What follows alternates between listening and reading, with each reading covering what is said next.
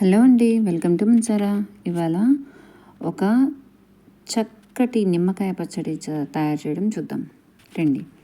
నేను ముందుగా కొన్ని నిమ్మకాయలు తీసుకొని వాటిని నీట్గా కడిగి ఆరబెట్టాను. ఆ తర్వాత ఇంకా తడి లేకుండా నీట్గా తుడిచేసి క్లాత్తో తుడిచేసి కాటన్ క్లాత్తో పక్కకు పెట్టుకున్నాను. ఆ తర్వాత వాటిని 4 బద్దలుగా కట్ చేశాను. నిమ్మకాయని ఎప్పుడైనా సరే నిలువుగా కట్ చేయకుండా అడ్డంగా కట్ చేయండి. ఆ తర్వాత వాటన్నిటిని ముక్కలుగా కట్ చేసి పెట్టుకొని వాటిని ఒక బౌల్లో వేసుకొని, ఇంకా ఇక్కడ నిమ్మకాయలు కొంచెం నీరు తక్కువగా ఉంది అని అనుకుంటే కొన్ని నీరున్న కాయలను తీసుకొని వాటిలో పిండండి. ఆ గుజ్జుని అందులో పిండండి. అందువల్ల కొంచెం ఎక్కువ గుజ్జుగా వచ్చే అవకాశం ఉంటుంది. ఆ తర్వాత ఒక స్పూన్ పసుపు వేశాను. ఆ తర్వాత ఒక 4-5 స్పూన్లు అంటే పులుపుకు తగ్గట్టుగా మీరు ఉప్పుని యాడ్ చేసుకోండి. నేను చిన్న స్పూన్తో వేసుకుంటున్నాను. నాకు అక్కడ 6 కాయలే ఉన్నాయి కాబట్టి కొంచెం ఉప్పు కొంచెం కారమే వేస్తున్నాను. మీరు తగినంత వేయండి. ఆ తర్వాత వాటిని తీసి ఒక బౌల్లో పెట్టి ఒక 4 రోజులు ఉంచామంటే ముక్క ఉప్పును పట్టేసి మెత్తగా తయారవుతుంది. ఇలా గుజ్జుగా వచ్చేస్తుంది.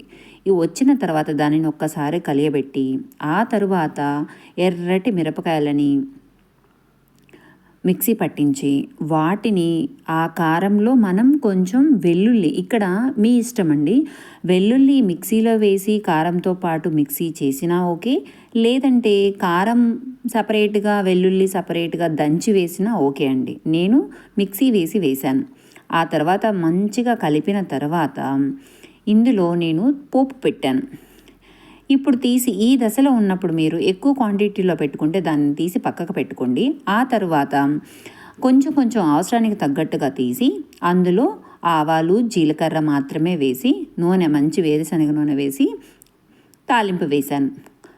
అవసరానికి తగ్గట్టుగా కొంచెం కొంచెం తీసుకొని తాలింపు వేసి పెట్టుకుంటున్నాను. తర్వాత ఫైనల్గా ఒక జార్ కంటైనర్లో స్టోర్ చేసేసుకుంటే అంతే. ఎంతో చక్కగా టేస్టీగా ఉండే ఈ నిమ్మకాయ పచ్చడి తింటే 4 ముద్దలు ఎక్కువ తినాలని అనిపిస్తుంది పెరుగన్నంలోనూ. ఈ ఆవకాయ చాలా బాగుంటుంది. జ్వరం వచ్చినప్పుడు, బాగాలేనప్పుడు, ఏదైనా నోరు టేస్టీగా లేదన్నప్పుడు ఇది తింటే సూపర్ ఉంటుందండి.